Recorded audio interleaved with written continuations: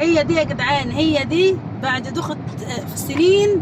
الحمد لله طلعتها. هي دي، هي دي الحمد لله. ربنا جبر بخاطري وما كسرش بخاطري وخد بيدي عشان بس اثبت لناس ان انتوا كنتوا ولا حاجه. الحمد لله ربنا قدرني وعملت شهاده ميلاد بنتي بعد معاناه، والحمد لله. شكرا تاني للناس اللي ساعدتني وطلعت لي الشهاده. يا رب الله يبارك لهم، الله يصلح حالهم.